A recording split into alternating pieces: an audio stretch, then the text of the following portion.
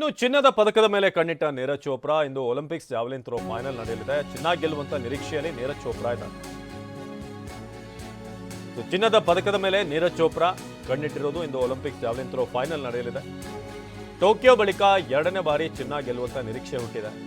ಅರ್ಹತಾ ಸುತ್ತಿನಲ್ಲಿ ಉತ್ತಮ ಪ್ರದರ್ಶನವನ್ನು ತೋರಿದ್ದಾರೆ ನೀರಜ್.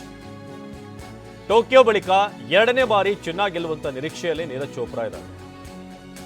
ಅರ್ಹತಾ ಸುತ್ತೇನಿದೆ ಅದರಲ್ಲಿ ಉತ್ತಮ ಪರ್ಫಾರ್ಮೆನ್ಸ್ ಬಂದಿತ್ತು ನೀರಜ್ ಕಡೆಯಿಂದ. 89.34 ಮೀಟರ್ ದೂರ ಜಾವೆಲಿನಷ್ಟು ಉತ್ತಮ ಪ್ರದರ್ಶನ ನೀಡಿದರು.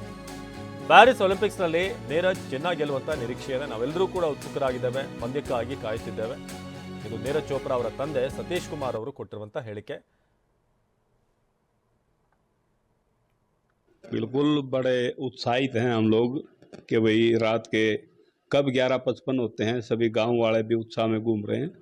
भाई जैसे ही 11:55 होंगे तो वैसे ही सभी लोगों की एक जो उम्मीदें हैं उन पर खरा उतरने की नीयत पूरी जी जान लगा देगा.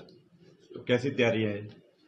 तैयारियां बहुत अच्छी चल रही हैं. अभी स्क्रीन बाहर गली में लगेगा बैठक में और सभी लोग उत्साहित हैं. भाई कुर्सी का है, मतलब हर चीज़ का प्रबंध हम लोगों ने किया हुआ है.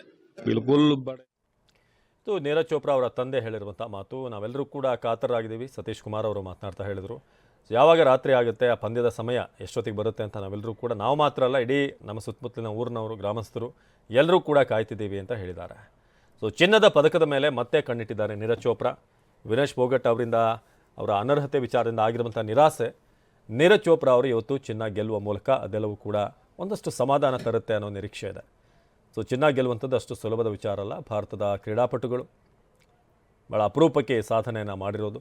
ಸೊ ಟೋಕಿಯೋ ನಂತರ ಮತ್ತೊಮ್ಮೆ ಚಿನ್ನದತ್ತ ಗುರಿ ಇಟ್ಟಿದ್ದಾರೆ ನೀರಜ್ ಚೋಪ್ರಾ. ಅದು ಕೂಡ ಮೊನ್ನೆ ಬಂದಂಥ ಪರ್ಫಾರ್ಮೆನ್ಸ್ ಏನಿದೆ ಅದು ಭಾಳ ಮೆಚ್ಯೂರಿಟಿಯಿಂದ ಕೂಡಿತ್ತು. ಜೊತೆಗೆ ಒಂದು ಕ್ಲಾರಿಟಿಯಿಂದ ನೀರಜ್ ಚೋಪ್ರಾ ಮೊನ್ನೆ ಥ್ರೋವನ್ನು ಮಾಡಿದರು.